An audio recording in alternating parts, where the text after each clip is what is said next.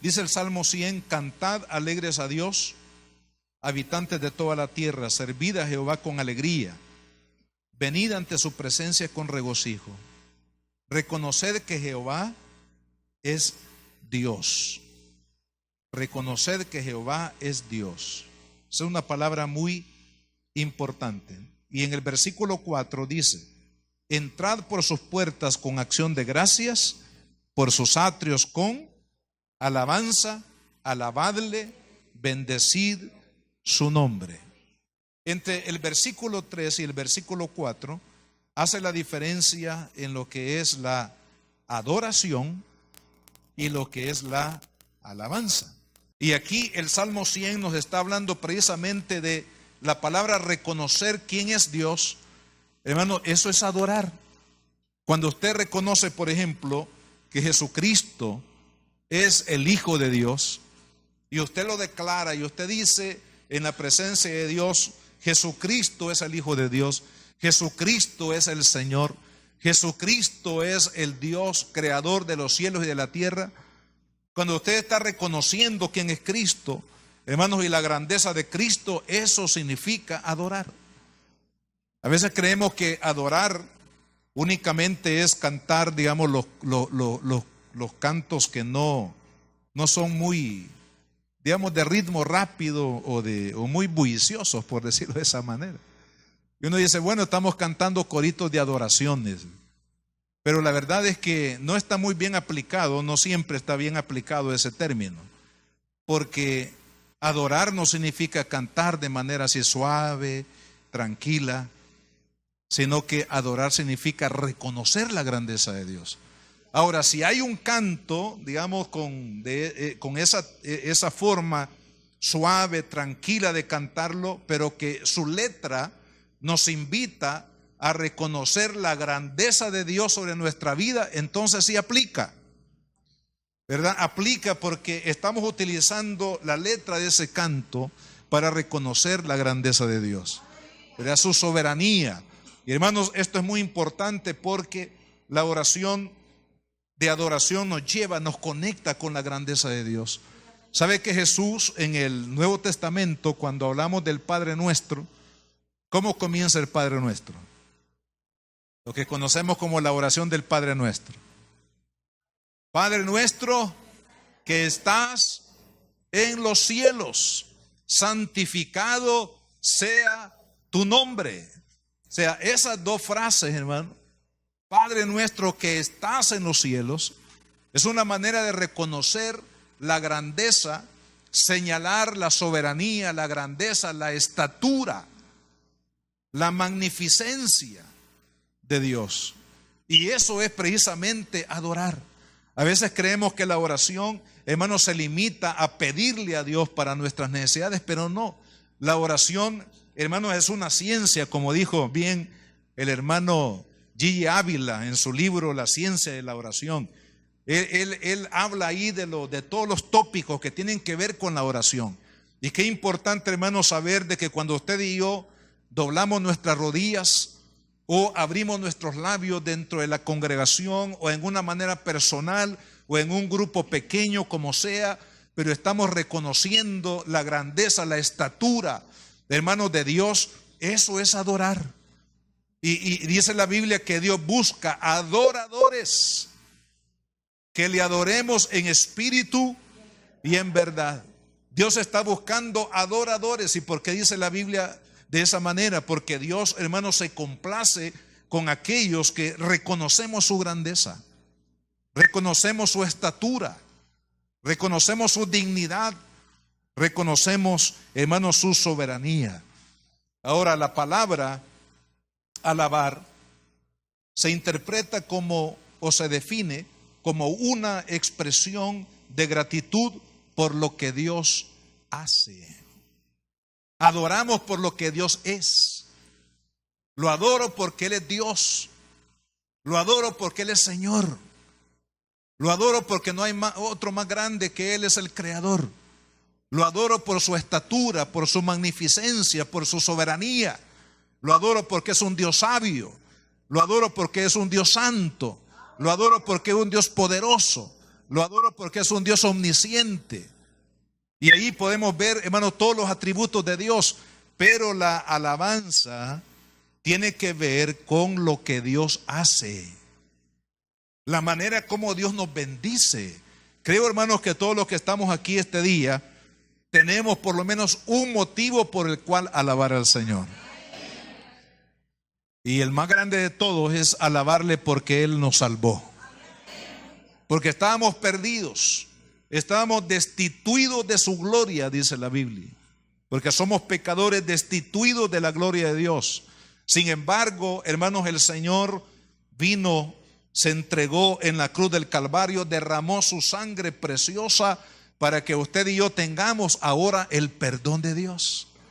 Entonces, Dios nos bendice con el perdón, Dios nos bendice con la protección, Dios nos bendice a través de su provisión, hermanos, que diariamente nosotros tenemos el cuidado de Dios, la gracia de Dios, nos bendice con una familia, nos bendice, hermanos, con un trabajo, nos bendice con la provisión que necesitamos para casa. Es decir, hay miles de formas como Dios nos bendice como hijos. Entonces, ante tantas bendiciones de parte del Señor, sería una ingratitud no alabarlo, hermano. Por eso dice la Biblia que debemos de entrar por sus puertas con acción de gracias y por sus atrios con alabanzas. Usted aquí y yo, hermanos, tenemos muchos motivos por los cuales darle gracias a Dios. Muchos motivos por los cuales alabarle, contar sus proezas, contar sus obras a favor de cada uno de nosotros. Si Dios ha hecho un milagro en su vida, alábele. Si Dios le ha respondido una oración, alábelo. Si Dios lo ha protegido, alábelo. Si Dios lo ha sanado, alábelo. Si Dios le ha dado un cónyuge, alábelo. Si le ha dado un hijo, alábelo. Todo lo que respira, dice la Biblia, alabe al Señor. Es decir, reconocer, hermanos, la forma como Dios en los detalles de la vida y también en las cosas muy notorias, pero aún en los detalles de la vida tenemos que alabar a Dios. Un detalle podría ser la respiración. Respiramos el oxígeno que le da vida al cuerpo. Es un detalle porque en la parte natural nos acostumbramos, ¿verdad?, a respirar y no le damos gracias a Dios porque estamos respirando. Y imagínense que si dejamos de respirar, ¿qué cree que nos va a pasar? Nos van a llevar allá al jardín, ¿verdad? Si dejamos de respirar, es un detalle. Cuando el hijo tiene la bendición de sus papás que lo ayudan, lo cuidan, lo alimentan, le dan todo lo necesario, ese es un detalle de Dios.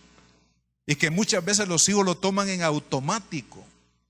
Y muy pocas veces le dan gracias a Dios y le dicen gracias por mi papá, por mi mamá, que me aman, que me cuidan, que me miman, que me protegen, que me sustentan, que cuidan de mi vida.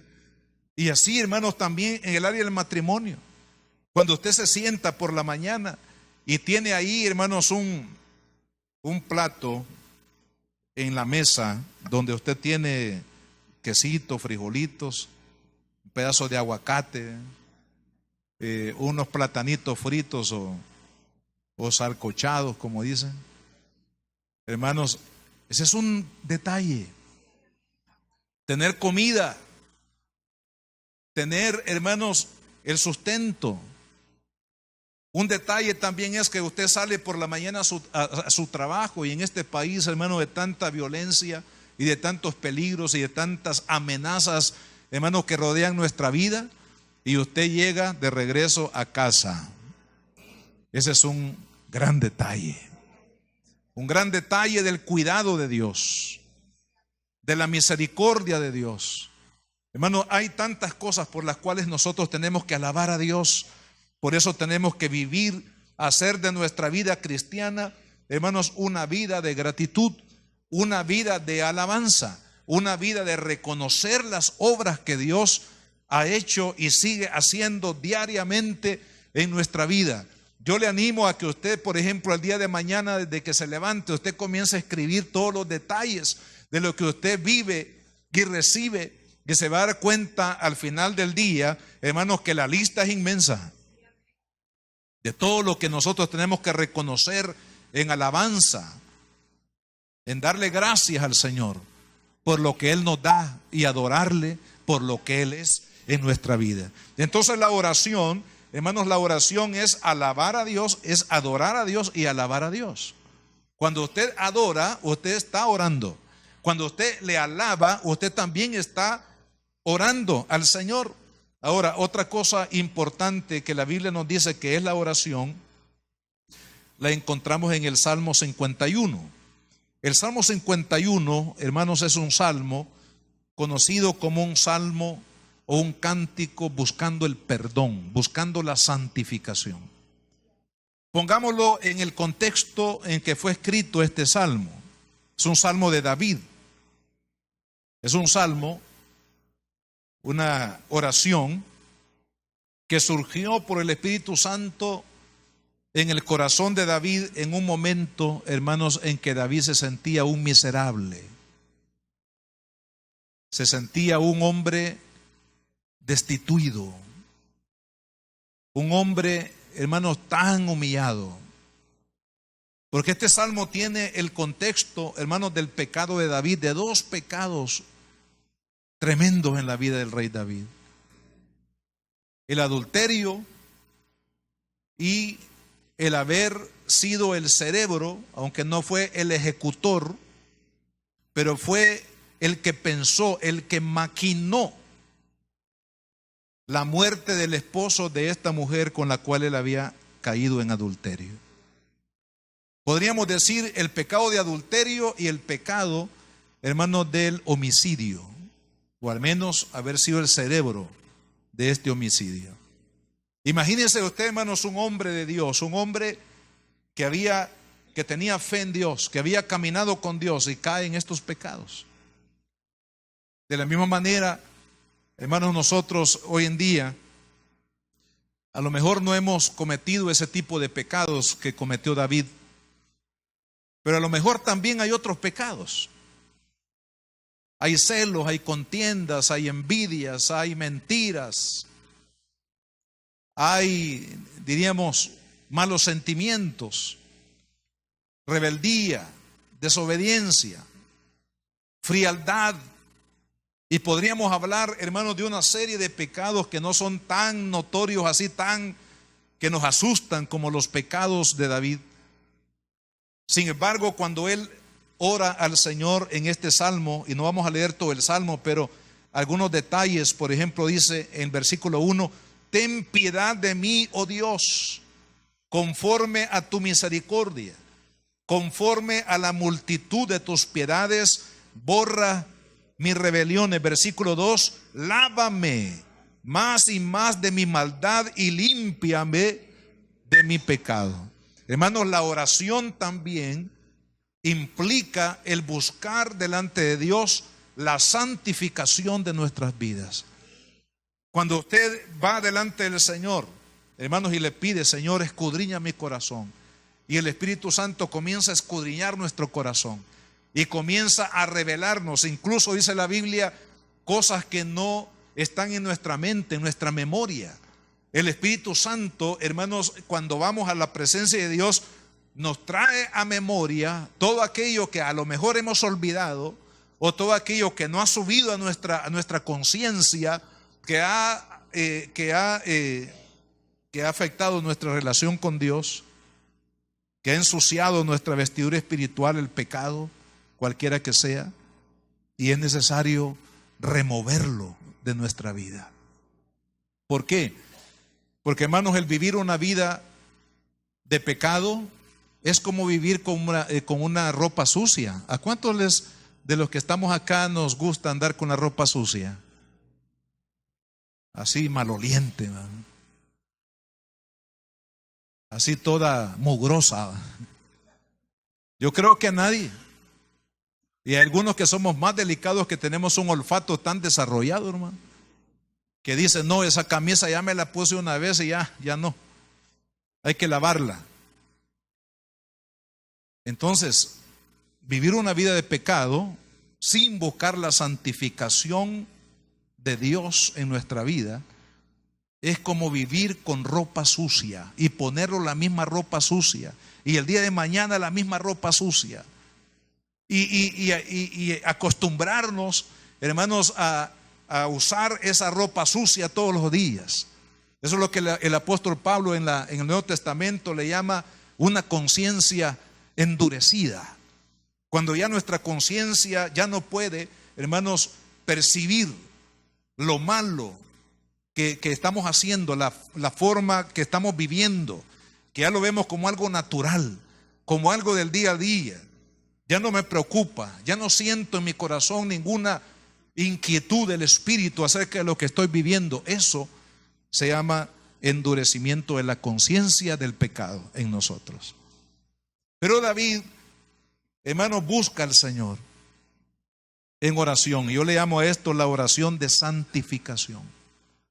Es una oración que en el mismo Padre Nuestro el Señor lo estableció como una norma, como un principio, hermanos, que debe de estar en la oración de los hijos de Dios de manera continua. ¿Por qué? Porque en el Padre Nuestro dice: santificado sea tu nombre, vénganos en tu reino, hágase tu voluntad y perdónanos, como nosotros perdonamos también a aquellos que nos han ofendido. Entonces, ¿qué es lo que está diciendo Jesús? Hermanos, al igual que David, lávame, Señor, del pecado. Quítame esta ropa sucia y que la meta en la lavadora o en un huacal con lejía y con rinzo y con detergente y con lo que sea, Señor, a fin de que esta ropa, que es mi corazón, que es mi vida, sea limpia delante de tu presencia. Porque dice la Biblia que los hijos de Dios, el Salmo 15, citando acá, dice que debemos de levantar manos santas delante de Dios. Y para levantar manos santas delante de Dios es necesario, hermanos, que nosotros vayamos a la oración de santificación. Hermanos, no hay nadie aquí, incluyéndome, perdóneme, poniéndome yo en este caso en primer lugar, no hay ninguno acá que no tengamos cada día necesidad de ir delante de Dios y pedirle perdón por nuestros pecados, por nuestras faltas. ¿Por qué? Porque pecamos a veces por lo que vemos, pecamos por lo que oímos, y a algunos que les gusta oír de un oído morboso, se acerca más todavía para seguir oyendo. O las intenciones del corazón. Las intenciones también cuentan, hermano. No solamente los hechos, sino también la intención del corazón cuenta delante de Dios. Dios, hermanos, puede ver nuestros pensamientos, puede ver nuestras intenciones del corazón, puede ver lo que vemos, puede oír lo que escuchamos, puede tocar lo que nosotros palpamos. Es decir, hermanos, debemos de saber que dentro de nuestra vida de oración, además de adorar, además de alabar a Dios, es también necesario la oración de santificación. Jesús en el capítulo 17 de Juan dice: santifícames en tu verdad. Tu palabra es verdad. ¿Por qué dijo Cristo eso? Porque a través de la palabra, hermanos, Dios nos lee el corazón. Porque si hay una de las cosas que dice la Biblia que es perverso, y esa es la palabra que ocupa, perverso y malo es el corazón del hombre. Pero a través de la palabra, hermanos, el Señor es como un espejo. El mismo Santiago dice que la Biblia es como un espejo, la palabra de Dios. Ahí, hermano, Dios no esconde ningún lunar, no esconde ninguna espinilla, no esconde ninguna peca. Él ahí en la palabra nos revela lo que está en nuestra vida. Y a través de su palabra Él nos guía, hermanos, para que nosotros vayamos delante de Él y le pidamos perdón. Hermano, es necesario que nosotros aprendamos a caminar en santidad, porque la Biblia dice que sin santidad nadie verá al Señor. Y esta palabra nadie verá al Señor tiene dos connotaciones. Primero, nadie puede caminar agradando a Dios aquí en la tierra como hijo de Dios hermano, a menos que ame la santidad. Pero también tiene una connotación de futuro. Nadie podrá ser arrebatado el día que Cristo venga o resucitado en gloria en la venida de Cristo, a menos que haya vivido, que haya aprendido a vivir en la tierra como hijo de Dios una vida de santidad. Y para ello necesitamos orar como David y decirle al Señor: Señor, lava mi corazón. Las hermanas acá que tienen mayor experiencia van a probar lo que yo voy a decir. Hay manchas en la ropa, especialmente la ropa más clara, que es más difícil de sacarla, ¿verdad? Y que requiere más que una lavadita normal. Bueno, aprendí de mi mamá que a veces las camisas, cuando tenían manchas así muy rebeldes, por decirlo de esa manera, le ponía limón, le ponía lejía, lo ponía al sol. Yo no sé qué misterio hay en eso, pues las hermanas saben. Le ponen limón, le ponen lejía, le ponen rizo, lo dejan un día, lo dejan dos, lo dejan tres, lo ponen al sol al mediodía. ¿Qué misterio habrá en eso? Hermanos, pero ellas saben que hay manchas que no se pueden quitar del corazón o de la ropa, en este caso, con una lavada normal. Y hay cristianos, hermanos, que hacemos así.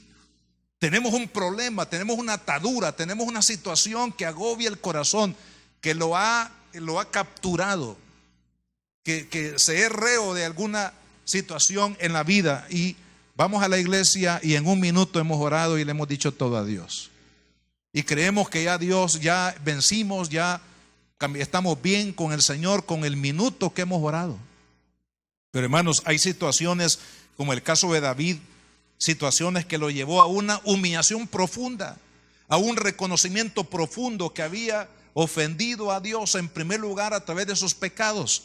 Quiero decirle que nuestros pecados tienen un efecto, hermanos, tan destructivo, primero porque ofende a Dios.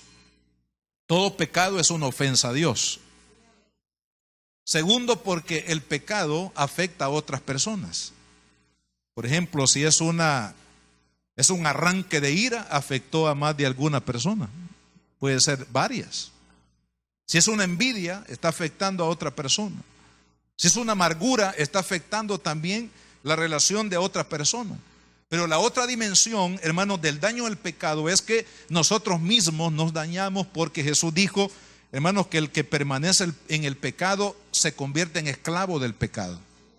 Entonces el pecado tiene una onda tan destructiva porque afecta nuestra relación con Dios porque le ofende, afecta la relación con otras personas porque son ofendidas también, pero de manera personal también nos afecta. Y por eso es necesario que nosotros a través de la oración podamos santificar nuestra vida. La Biblia dice, y aquí en la primera carta de Juan, el apóstol, en el capítulo 1, podemos leer del versículo 7 en adelante, y vamos a ir concluyendo para dejar esto acá, para poder orar al Señor. Primera de Juan, capítulo 1, versículo 7 dice, pero si andamos en luz, como Él está en luz, tendremos comunión unos con otros. Aquí la palabra luz significa que estamos caminando en su verdad. Estamos caminando en santidad. Cuando caminamos en santidad, no solamente estamos caminando con Él, con Dios, sino también estamos caminando en armonía con los demás, con los hijos de Dios.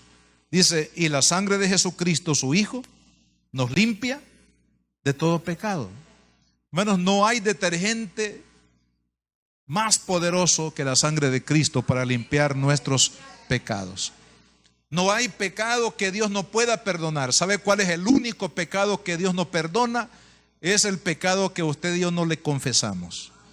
Porque si no hay confesión de mi pecado, de reconocer que he ofendido a Dios, con mis hechos, con mi pensamiento, con mi boca, con las intenciones de mi corazón, entonces ese pecado permanece ahí. Porque el pecado no se va a limpiar porque pasa el tiempo, hermano. Algunos dicen, bueno, ya mire, con el tiempo se va a olvidar, dice.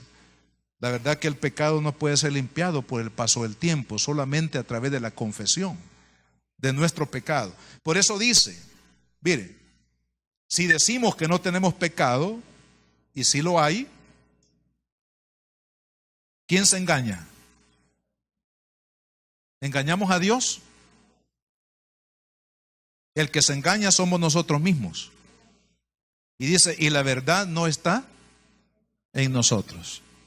Si alguien sabe que anda mal y dice, no, si a mí no me pasa nada, estoy tranquilo, estoy bien con Dios, voy a la iglesia, tengo una Biblia, canto las alabanzas en la iglesia, y aún podría pasar el caso que hasta haya un ministerio en el cual se sirva dentro de la iglesia, estoy bien.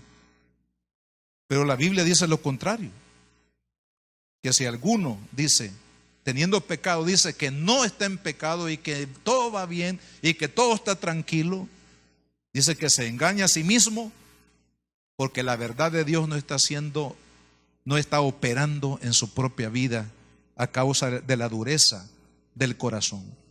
Pero luego dice, si confesamos nuestros pecados, es decir, si reconozco que soy pecador como David dijo, Señor, soy lo peor, te he ofendido, he pecado, he hecho lo malo delante de tus ojos. Perdóname, límpiame. Más adelante dice, renueva mi corazón. O sea, hazme nuevo pues. Porque eso significa renovar, Señor, hazme nuevo. Quiebra este vaso y haz un vaso nuevo de mí. O sea, toda esta expresión, hermanos, tiene que ver porque se reconoce el pecado. Si confesamos nuestros pecados, Él es fiel, Cristo es fiel y también Cristo es justo para perdonar nuestros pecados y limpiarnos de toda maldad. O sea, el pecado pudo haber sido tan grave, tan ofensivo, tan dañino, pero cuando hay una confesión es porque ha habido un reconocimiento. Y cuando hay un reconocimiento de que hemos fallado, hemos ofendido, hemos pecado, y al mismo tiempo una confesión a Dios, dice la Biblia que Él nos limpiará y perdonará nuestros pecados y nos limpiará de toda maldad.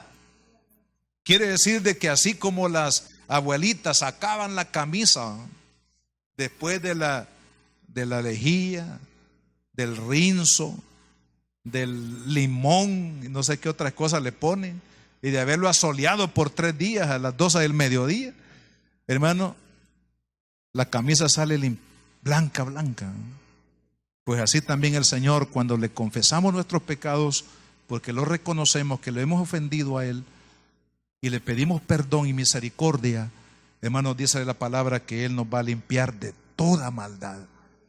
En otras palabras, le va a quitar todas las manchas, hasta la más pequeña, hermanos, que haya en el ágape o en el vestido de su corazón, de su vida.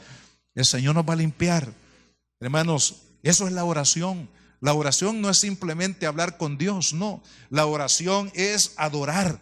La oración es alabar al Señor. La oración es santificar nuestro corazón diariamente, día a día en la presencia de Dios, porque es ahí, hermanos, donde Dios va a revelarse a nuestras vidas. Póngase de pie, vamos a orar.